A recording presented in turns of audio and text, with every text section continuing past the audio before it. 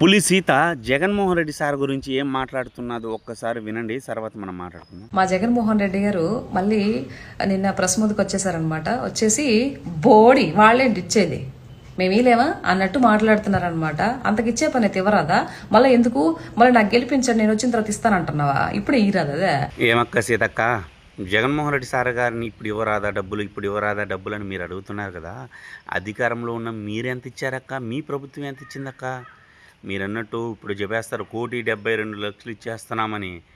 ఆ సొల్లు పురాణం అంతా మాకు తెలుసక్క.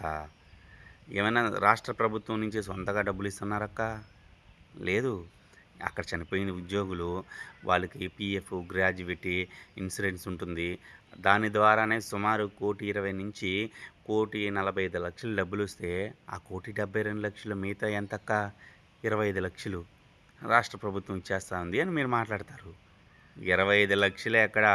కానీ ఇదేలాంటి సంఘటన వైఎస్ జగన్మోహన్ రెడ్డి సార్ గారి హయాంలో జరిగినప్పుడు రాష్ట్ర ప్రభుత్వం నుంచి నష్టపరిహారం ₹1,00,00,000 ఇచ్చారు కదక్క.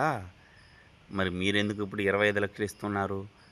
ఏదైనా వీడియో చేసే ముందు సరా వచ్చేసి మిడిమిడి జ్ఞానంతో వీడియోలు చేయొద్దక్క. పూర్తిగా డేటా తెలుసుకొని వీడియో చేస్తే బాగుంటుందక్క. నిజంగా మీరు ఈ వీడియో చూసిన తర్వాత మీకు నిజంగా వీడియో చేసే ధైర్యం ఉంటే అక్క, రాష్ట్ర ప్రభుత్వంలో జగన్మోహన్ రెడ్డి సార్ గారి కన్నా ఎక్కువ నష్టపరిహారము మీరు ఇచ్చారని నిరూపించక్క.